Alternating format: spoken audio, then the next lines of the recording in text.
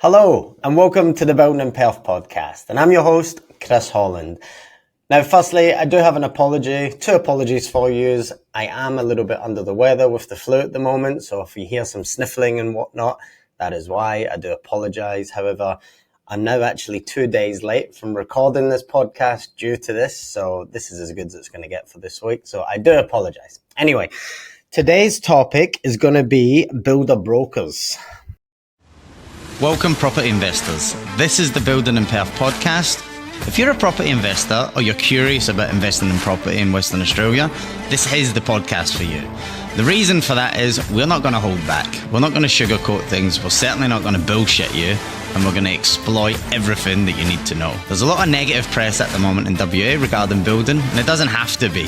So what we're going to do is help you navigate through that bullshit and create your wealth free of charge. We're just giving you this information. Every month we're going to have special guests on who are industry professionals, and then we're going to release an episode every single Monday, so you're not going to miss anything. So please stay tuned, like, subscribe so you never miss anything, and enjoy. What is a builder broker? Ultimately, are they good? Are they a good investment? What do they do? How much do they cost? Is there hidden fees? Are they exclusive to builders? All of the above. So this one hits home for me because complete transparency, about 5-6 years ago, I started my own builder broking company called the House and Land Expert. It's still in operation today. We have another consultant that works with me. And these are for clients that actually don't fit the mold of 𝗬𝗎 West, my building company.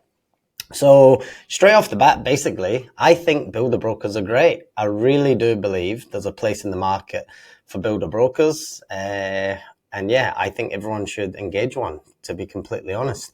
Unless you're going to build with a smaller builder where you actually deal directly with the builder. I see that as I see that as the best option, but not always clients' budgets will allow that to happen. Generally speaking, smaller builders are a little bit more expensive than project builders. That's pretty much just due to the buying power. The bulk material project builders buy, they get it at a far lesser rate than the smaller builders, guys like myself. So naturally speaking, our prices are normally a little bit higher. Not too much, but a little bit higher. Builder brokers, however, generally they'll have access to 5, 6, 7, 8, 9, 10, whatever, different builders across Perth. But we do have to be conscious with builder brokers. Make sure they have a trade for a start. That's the best thing, I guess I would say. You would hire a mechanic to go and look at 5 or 6 different vehicles for you and give you his recommendation on which car to buy. That makes sense, right? Would you hire a financial advisor or a policeman to go and look at 5 or 6 different cars and give you advice to buy one of those cars if they had absolutely no experience? No, you wouldn't. You'd just go yourself, wouldn't you? It's the same thing. So if your builder broker is, an ex-Coca-Cola salesman or something like that, let's not go with these people to build your house. Have they built a house themselves? Stuff like that. Don't get me wrong. People do grow in the industry. A lot of builder brokers have started from maybe a contracts administration role or a client liaison role, some pre-start consultants. These people have great depths of knowledge when it comes to houses because they're dealing with clients day to day. They've got years of experience with dealing with the problems. They see the constant upgrades that are getting done, different designs. These are amazing people that turn into great builder brokers. But it is be very conscious. If you are going to go with a builder broker, just make sure they've got some level of qualification. Like I said, not a vendor machine salesman. Yeah, so just make sure they've got decent qualifications. That's step number 1. Now, another thing. When I was doing builder broking, I did have a range to 15 different builders. Now, anyone that's telling you they have access to more than 15 is generally talking smack. That is just a fact. It is so hard to keep up with just 15 builders and all of their specifications, update their price list.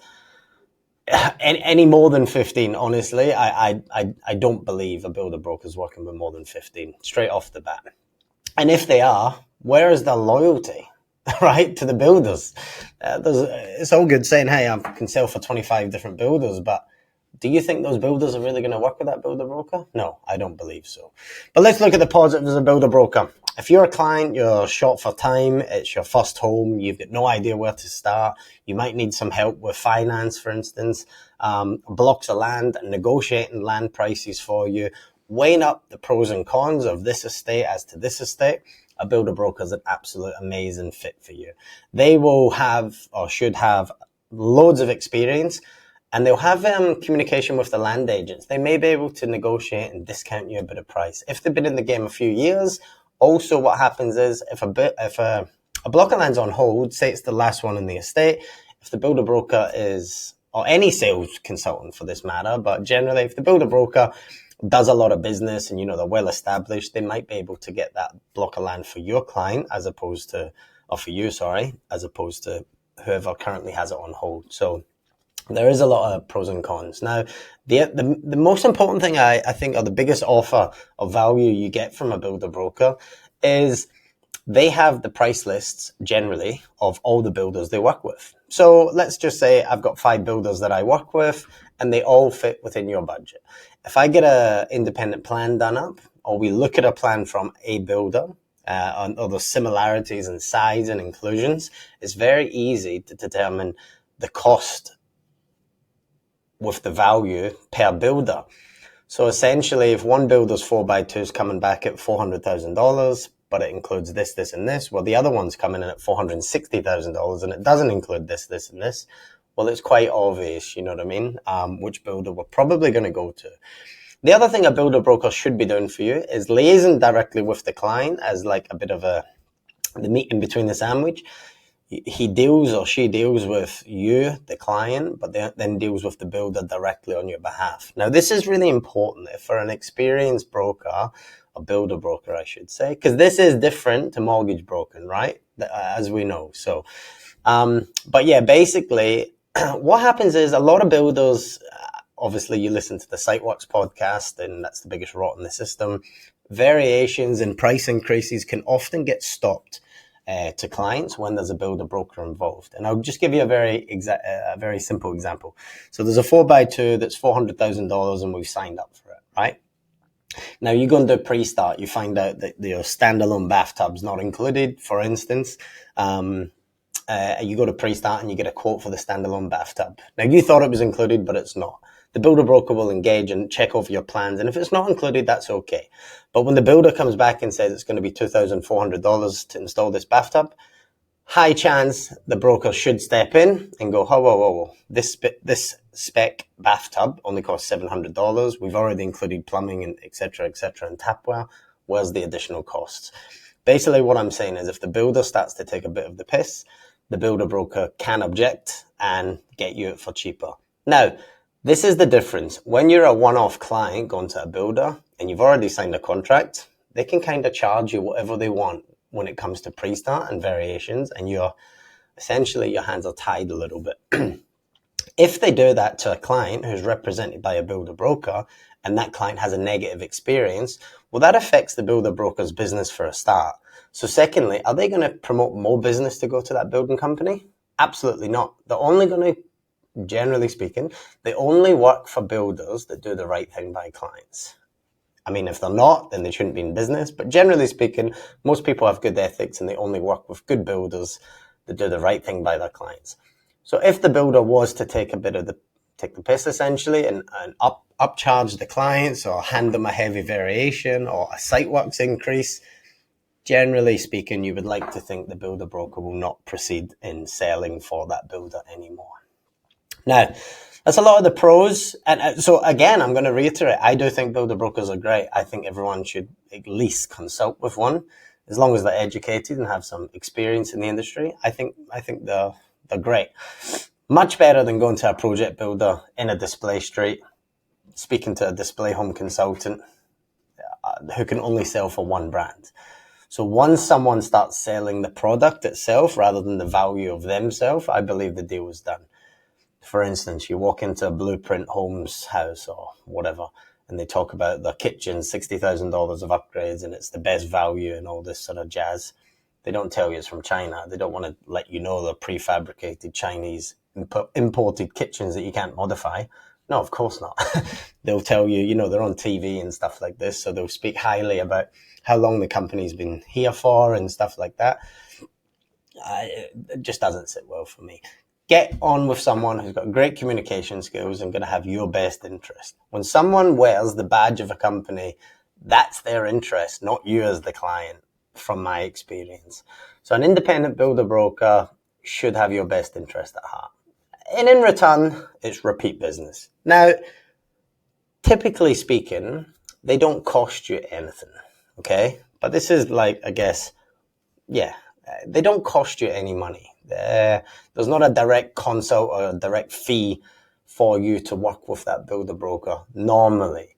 When I was doing it, I did used to charge 800 plus GST for my services, but I was in high demand to the point where I couldn't actually cope. So I had to hire more help, which is why I started charging for my consultations.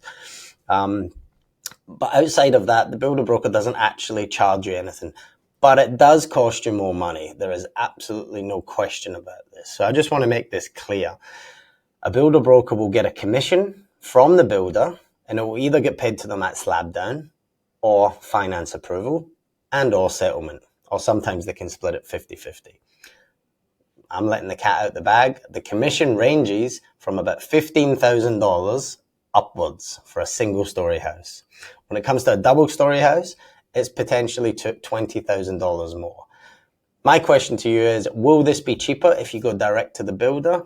Well, it depends on the building company, because the sales consultant who works for that building company doesn't get that much commission. Okay? And the reason for that is the builder broker essentially finds the client. So it stops the builder having to spend more marketing in order to find new customers. So essentially, the builder broker approaches the builder. I already have the client. I already have the plan. This is my fee in order to get this deal. As brutal as that sounds, that is how it basically works. If you went direct to the building company, you've probably got a bit more wiggle room as well in terms of negotiating and discounting the price, but only for that one builder, where the builder broker can obviously go to 3 or 4 different builders. So there are great benefits, but there definitely is a cost association that's hidden into the house price of their commission. Okay?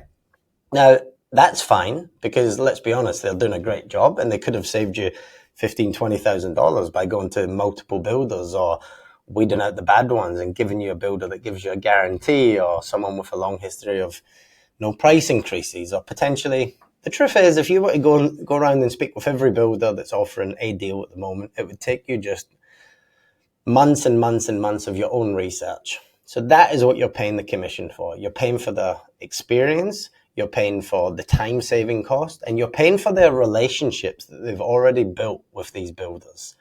So instead of you trying to suss out these builders and see which one's going to rip you off and which one's not, and which one's got good reviews and bad reviews, I mean, you can do that, but you're essentially paying someone to have all that information for you. So is the fee justified of $15,000 plus GST? Absolutely, 100%. If they're qualified, if they've got a trade experience, if they don't, like I said, sell Mars bars or work for Coca-Cola or police officers, that's not someone that I would be trusting to build my house. But someone with some sort of industry experience, absolutely, 100%. It is well justified, and it will be the best money you ever spend. But do keep in mind, if you do directly go to the builder, there is a bit more wiggle room, naturally. The sales consultant who works for the building company is either on a retainer or is on a less commission. Sometimes they're actually employees of the company, so they're on a bit of salary and commission. All different sort of reasons. In short, guys, what I'm saying, speak with a builder broker, but just definitely speak with the right ones. There is so many out there now, it's ridiculous. And to be honest, if you're listening to this podcast, you're talking to the best one in Perth anyway. So I hope you enjoyed that. It's a big thumbs up for me. Do your research yourself if you've got the time and the patience and energy. If you don't, engage someone, like everything in life. Stay safe. Happy days, guys. Cheers for listening. Bye.